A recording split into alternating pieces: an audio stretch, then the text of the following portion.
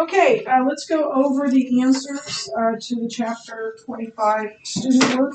And let's see if we get this done sometime.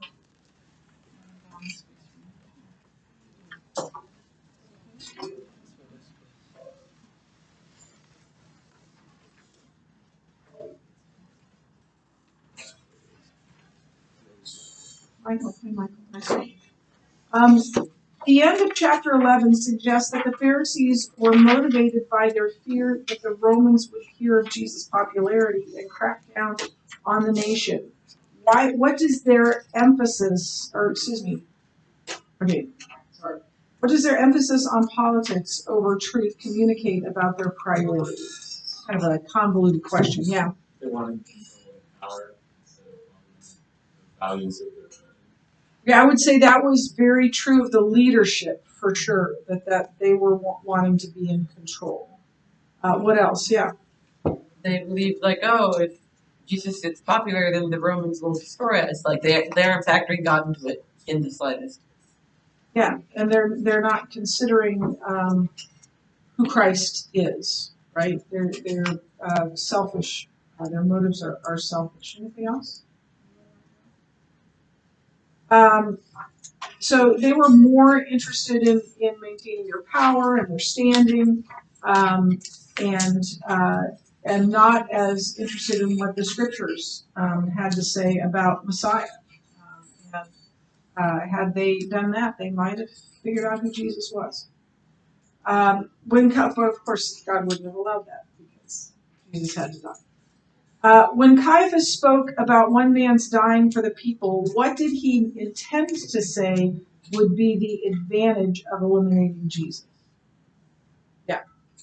And the Romans wouldn't hate him quite as much because there's no one that popular anymore. Okay. Well, they thought that since he was the center of the movement, he was the only person that could pull out the movement. Yeah. He figured that would solve the problem, right? Anything else? What's ironic about what Caiaphas said? Allison.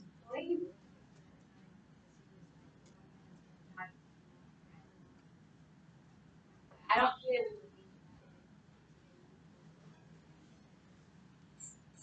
It was an unwitting prophecy, wasn't it? Yeah, he didn't realize he was prophesying, but he was. Now, he meant it's better for us to kill Jesus than for the Romans to kill us, right?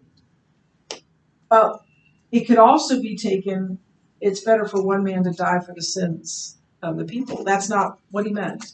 He didn't realize it. But yeah, it was an unwitting prophecy.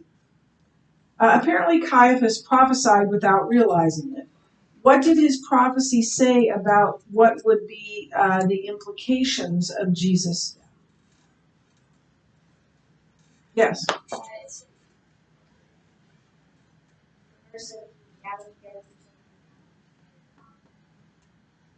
Yeah. That in his death,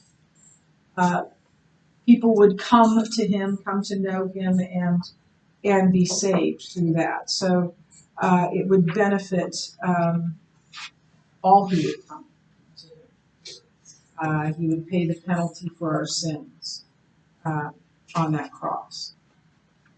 Here's another if you were there question. If you were part of the multitude at the triumphal entry, what might you have thought about what was about to happen? So picture the triumphal entry, and you've got all these people worshiping Jesus and hailing Jesus as a victor, and blessed is he who comes in the name of the Lord.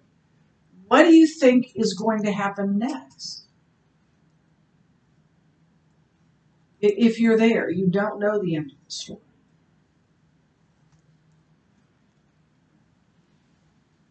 What are they wanting him to do?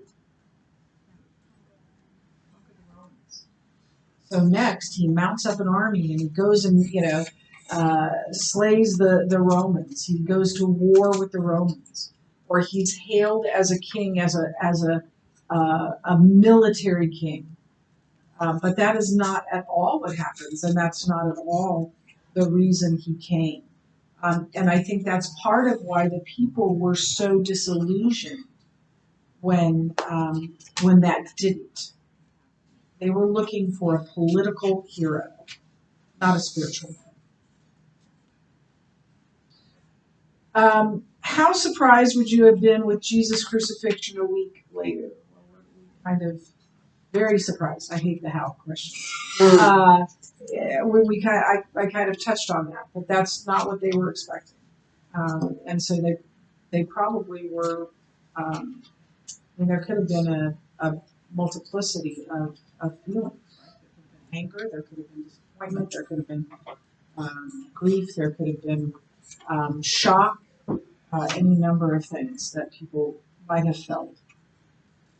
What would you have thought about a king riding on a donkey? Well, I don't think that's a fair question. The curriculum has already said that was a mode of transportation for donkeys. We don't think of it that way today, but it was back then. And so I think you would have thought he is going to be a king, a political king. I think that's what everybody thought that was there. Probably even the disciples. They had no clue what was coming. The coming chapters of John are going to show that they don't get it at all. They don't understand at all. In fact, one of them says, "So now is now when you overthrow Rome?" That's the AKB, the Amy Keiser version. So they were pretty cool. What would this have communicated to you about the character of this entering king?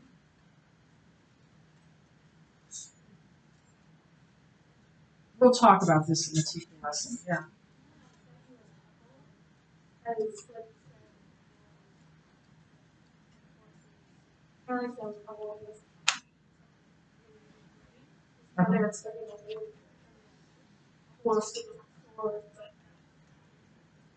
Yeah. Anything else? We'll talk about it when we get to the teacher lesson. We won't get to the teacher lesson until I guess we might start tomorrow. Okay, so let's look at the digging deeper. John 12:19 closes with Jesus' triumphal entry into Jerusalem on Sunday.